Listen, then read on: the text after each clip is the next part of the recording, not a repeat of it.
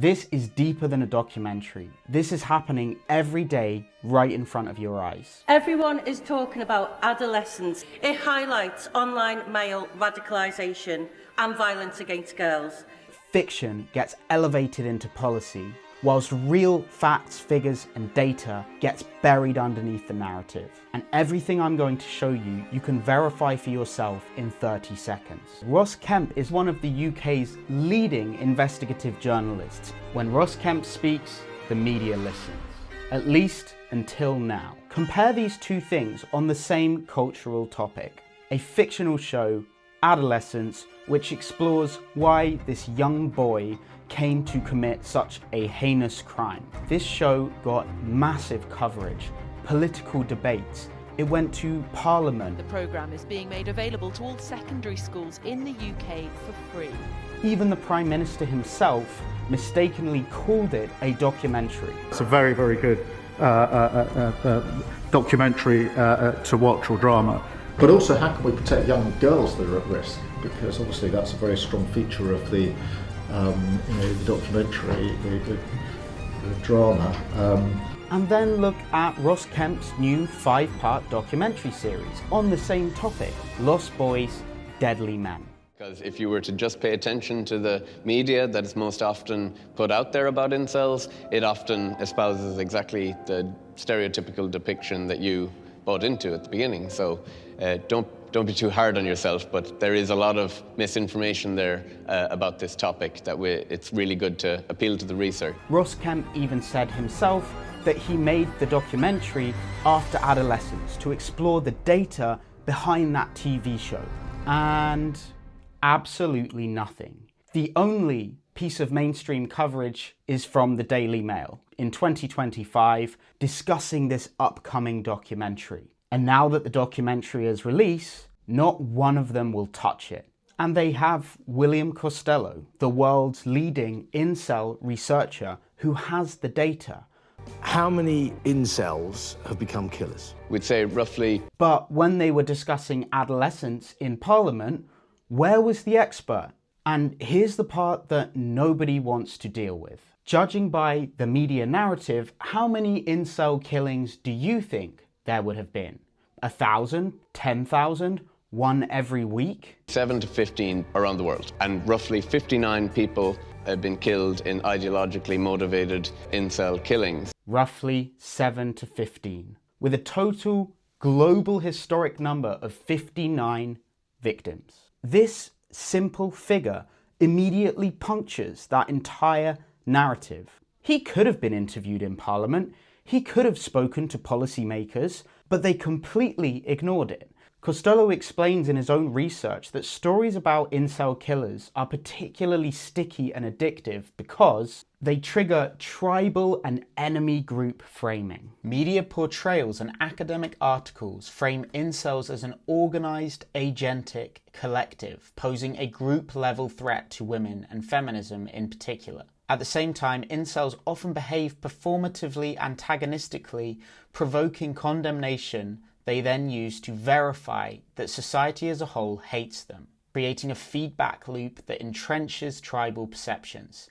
This reciprocal attribution of group agency reinforces the coalitional threat framing. They trigger moral outrage. Moral disgust likely evolved because the costs of associating with cheaters, exploiters, or aggressors were historically high, making it adaptive to feel moral revulsion towards individuals who threaten cooperation and group stability.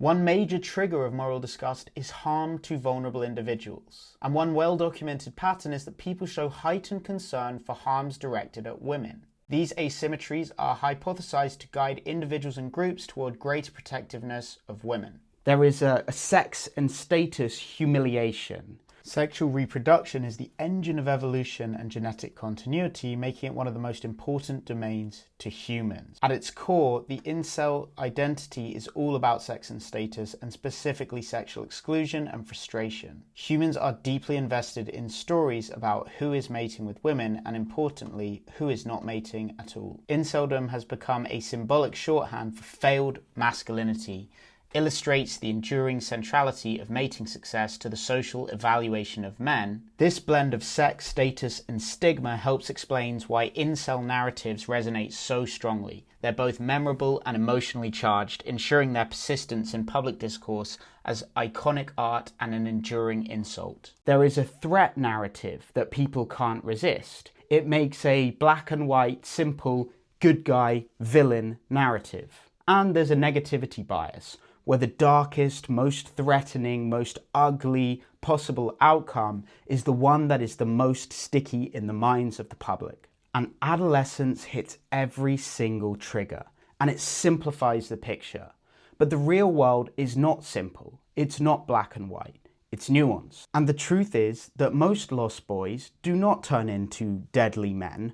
Most of them, often with neurodivergence, they are the victims of this narrative, which is making their situation worse in real time. A lot of these incels say that their biggest fear is being exposed. They don't want to be seen. They feel unacceptable. So the irony that these very men are being scapegoated with all of society's real and imaginary ills. But when we look deeper, the very reason to have parliament, to have groups of experts and authorities debating important issues, is so that they can rise above the emotional and rely on facts and data in order to shape policy from an objective perspective. So when the documentary, the facts, complicate the narrative, the media goes silent and the follow-up disappears. To make this clear, let's talk about incentives. The editorial risk.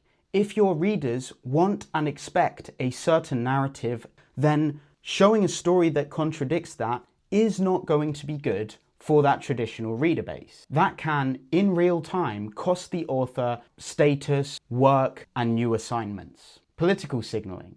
If your brand is to protect women from toxic masculinity and incel killers, then reporting the truth here is not going to be a good idea from your political position. And outrage economics. Outrage always beats nuanced realism. A predator story is always going to beat a loneliness story in clicks. Ross Kemp was very courageous in doing this. We are disincentivizing good journalists from doing good work. So we are not just losing an important documentary, we are disincentivizing the mechanism that gives us the truth. So just a thought, but here's what maybe could happen instead. Evidence-first policy. If you're having discussions in Parliament, it has to be based on the evidence. Responsible coverage. Journalism is about truth. Stop rewarding the most clickbait stories and start rewarding the ones that aim for truth. Thirdly, the politicians don't know and they don't have time or won't use their time